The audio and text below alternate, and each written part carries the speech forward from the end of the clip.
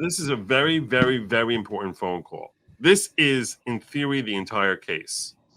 I need to just state this because the whole issue here is that he supposedly gave this money on behalf of Trump.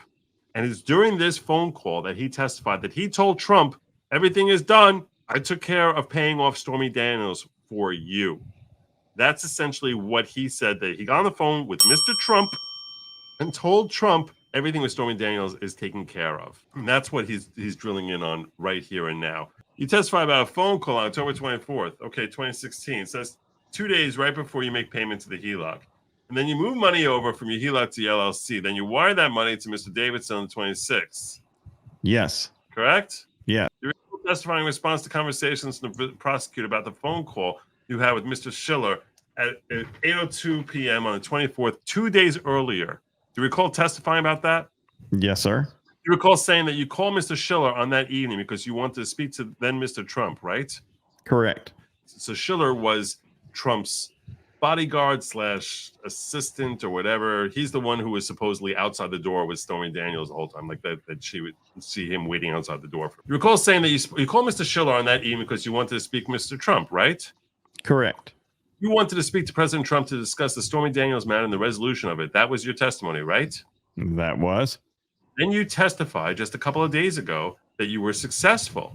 You called Mr. Schiller and you had a conversation. In that conversation, you resolved that you were moving forward to fund the deal, correct? Correct. Can you explain to us how that works? You know that Mr. Schiller is with President Trump, and so you know that you can call his phone and Mr. Schiller just hands President Trump the phone? Yes, sir. Is he on speaker?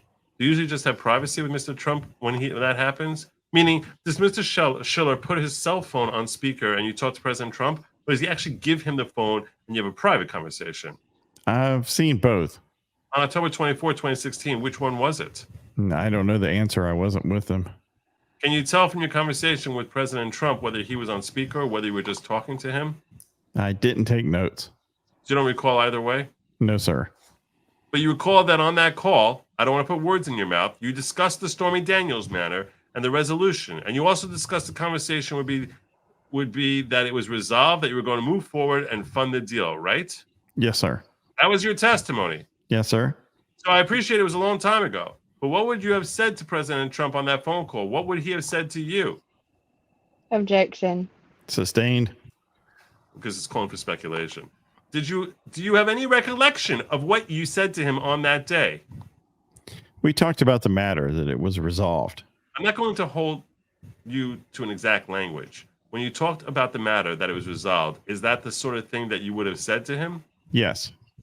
I'm sorry. How would you have said it to him? Objection. Sustained.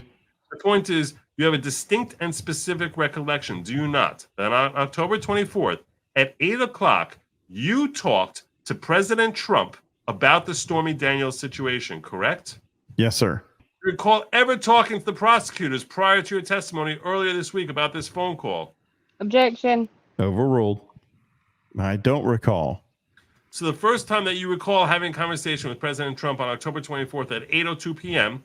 is when you testified 2 days ago? No, sir. I just said that I don't recall when I spoke to the DA about that specific matter. On Tuesday, you recall you were shown a particular call log between you and Mr. Schiller, and the prosecutor went right up to October 24th and said you had two phone calls that day, a voicemail and then a 1 minute and 36 second phone call. Do you remember that? I do. You said that was President Trump. Mr. Trump, you said that. Yes, sir. Do you have a recollection of talking on that day with the prosecutors about phone calls with President Trump on the 26th? Objection. Overruled. Yes, sir. And you did, right? Yes. Do you remember? I appreciate this goes back a while. Do you remember at the time, October 22nd, 23rd, 24th, 2016? You were receiving a bunch of ongoing and continuing harassment phone calls. So somebody was calling you constantly. Do you remember that? Yes, sir. And do you remember that on the 24th at around 7 o'clock at night, the person who was harassing you forgot to block his number? And you got that number. Do you remember that? No, sir.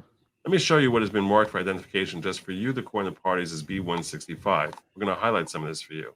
If we can highlight just the first couple of texts. So if you see this is just for you, but do you see the number and that's you, then a number that ends in 0594. Do you see that? Yes, sir. Do you see that your text to this number, it says, this number has been sent to Secret Service for your ongoing and continuous harassment to both myself as well as to the organizations named on it. I do. That's at 7:10 p.m., right? Yes. And then the next text back says, it wasn't me. My friend told me to call. I'm sorry for this. I won't do it again, right? Yes, sir. And you respond and say, they're going to have to explain that to the Secret Service because you have been receiving dozens of these harassing calls over the past 3 days, right? Correct. If you're a minor, I suggest you notify your parents or guardian of that. That's what you said to them, right? I did. The person texted you back and said, I didn't do it. I am 14. Please don't do this. And you asked them to have their parent or guardian contact. Objection. He is reading from the document. Sustained. You eventually said to have their parent or guardian contact you? When they expressed they were 14, I felt it was proper. That was at 7:24 p.m. on the same date, October 24th, right? I'm sorry, what time? The last text was at 7:24 p.m. Correct. So that whole exchange was between around 7:10 and 7:24 p.m. Correct. That was an exchange because you had been receiving a bunch of harassing phone calls the prior 3 days. Correct. Do you recall at 7:48 texting Keith Schiller about this 14-year-old? Do you recall that? Do you recall that? I don't recall. Do you recall texting Keith Schiller at 7:48 p.m., quote, who can I speak to regarding harassing calls to myself and office? The dope forgot to block his call on one of them. You don't recall that? It sounds right. Yes, sir. Let's take a look. If we can show the witness B266, just the witness, the court, and the parties. This is a series of texts between you and Mr. Schiller on the same date. You said, who can I speak to regarding harassing calls to my cell and office? The dope forgot to block his call on one of them. Do you see that? I see it. Mr. Schiller says, Objection. Reading a document, not in evidence. Sustained. do you recall at 8:02, your initial text to Mr. Schiller is at 7:48, and then at 8:02, he says, call me to you, right? Yes, sir. So we can put up what's already in evidence as Exhibit 341 on screen, please. These are the phone calls between you and Mr. Schiller, right?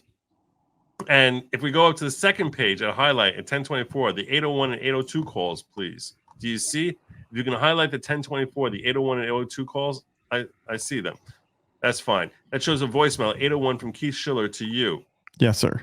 And then at 8:02, he says, call me. And then it said, and then it looks like you then call him at 8:02 for 1 minute and 36 seconds, right? Correct. If you look at the call me text, if we can take it down for a second part and put back up B166, which is your text message from that day, you'll agree with me that Mr. Schiller told you to call him at 8:02 and 21 seconds, right? Yes, sir. And so you called him back. And we can go back to the phone call chart on 341 and highlight the bottom. You called him back at 8:02. It was likely after 8:02 and 21 seconds, right? That's correct. This is the call that you testified about on Tuesday, that you had conversation with President Trump, that you called Keith Schiller. It wasn't to talk to Keith Schiller, it was to talk to President Trump about the Stormy deal and moving forward. That was your testimony. Yes, sir. Let's take a look at what happens next. Let's go back to B66, B166, 804. You text Mr. Schiller the number. We're going to speak to regarding the calls. So you can see that this is 7:48, and then he reads that at 8:02:15. How embarrassing. He lied to this jury. That's what this he just showed him. The very critical call that he says the purpose of that call was to talk to Trump about Stormy Daniels is now being exposed, that the objective of that call was actually to deal with some stupid 14-year-old crank caller. And that he lied to this jury. This is devastating. That's devastating. crazy. It's unbelievable that he has the audacity to lie about what he remembers that call being about. And now it's being shown that he has this whole text conversation. Thank God he had the text conversation to establish that his claim about that call at 8:02 was an outright lie as to what the nature and purpose and who he was even talking to. He probably wasn't even talking to Trump at all. He was probably just talking to Schiller. Schiller says, call me. This decimates anything that any substance he was able to provide. You see the text you're looking at, B166 between you and Mr. Schiller. You can look at the first page too. Please highlight the top of the page. See, it says Cellbrite. It has your number, Mr. Schiller's number. Yes. We offer B166. With redactions. If you can make the necessary redactions. We'll redact it, of course, absolutely. For now, can it be shown to the jury and not in the courtroom? I don't know if you can do that. We were told that we can. It is being shown to the jury, but not anybody else in the court. Let's take a look at it with the jury, just to go back to the conversation between you and Keith. Who can I speak to regarding phone calls to my cell and office? The dope forgot to block me one of them. That was 7:48. At 8:02, he said, call me. I can put it back up again. At 8:01 is when he leaves that voicemail. Yes. You call him back at 8:02 for 1 minute and 36 seconds. At 8:04, you text him the number of the 14-year-old who was prank calling you, correct? I did, yes. Immediately, he texted you back. Within a few seconds, he said, okay. Yes, sir. The very next morning at 7:58 a.m., you said, did you reach the family, right? Yes, sir. Let's take that down. When you testified on Tuesday that you had specific recollection that 1 minute and 36-second phone call on October 24th was not with Keith Schiller, that you called Keith Schiller and he passed the phone to President Trump. You finalized the deal with Stormy Daniels and you said, we're going to move forward. And he said, yes, because you kept him informed all the time. That was your testimony, right? That's correct. That was a lie. You were actually talking to Mr. Schiller about the fact that you were getting harassing phone calls from a 14-year-old, correct?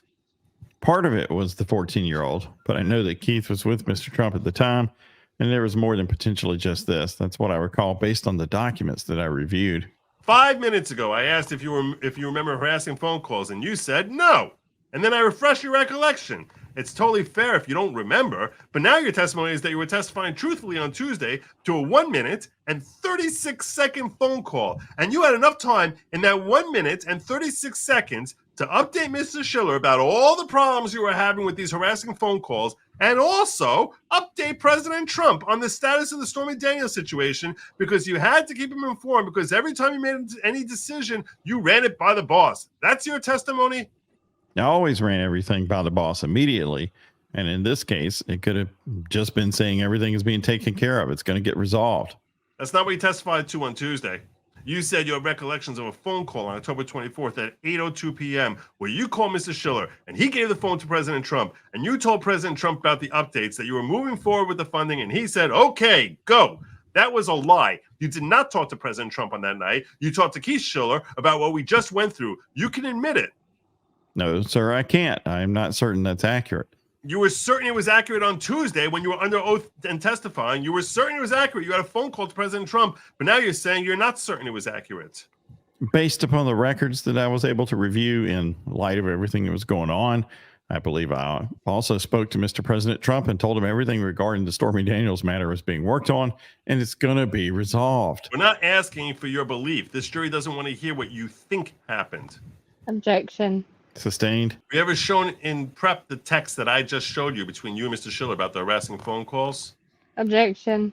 Overruled. No, sir. The first time you had seen those texts in 7 or 8 years was just a few minutes ago. Yes. Given that your testimony to this jury is still when you specify what you testified on Tuesday, you had specific recollection of a phone call with President Trump on October 24th at 8:02 for 1 minute and 36 seconds that you were telling the truth? Based upon what was going on and based upon the other text messages and so on regarding the Stormy Daniels matter, yes, I believe I was telling the truth. So you were not basing your testimony on Tuesday based upon your memory. You were basing on documents that the people showed you in prep. Is that your testimony? That refreshed my memory. Yes, sir. Was that true for just phone calls, or was it true for other phone calls too? I don't recall telephone calls on a specific date going back to 2016. Based upon the records and based upon the documents that you were reviewing. Ms. Cohen, you just said that you don't recall phone calls back in 2016. That is not what you testified to on Tuesday. On Tuesday, you testified that you remembered the phone call. Objection. Sustained. That's crazy. That's absolutely insane. That's unbelievable, bananas. right? That should be directed verdict. I mean, just throw it out. Right there. Right Yeah. there. It should have been directed verdict. The key phone call that he forgot, that the reason he was spurred to call was because Keith Schiller said, call me about this 14-year-old who's harassing you. And then he spent only a minute and 36 seconds. Not like he spent 10 minutes on the phone. In a minute and 36 seconds, then he managed to update and give the pivotal information. I mean, it's just, and he left that out on direct. The only time he remembered that was even related was when he was shown this text message conversation, that there was even that whole issue going on, and he forgot about it completely until he was shown to him on cross. It was phenomenal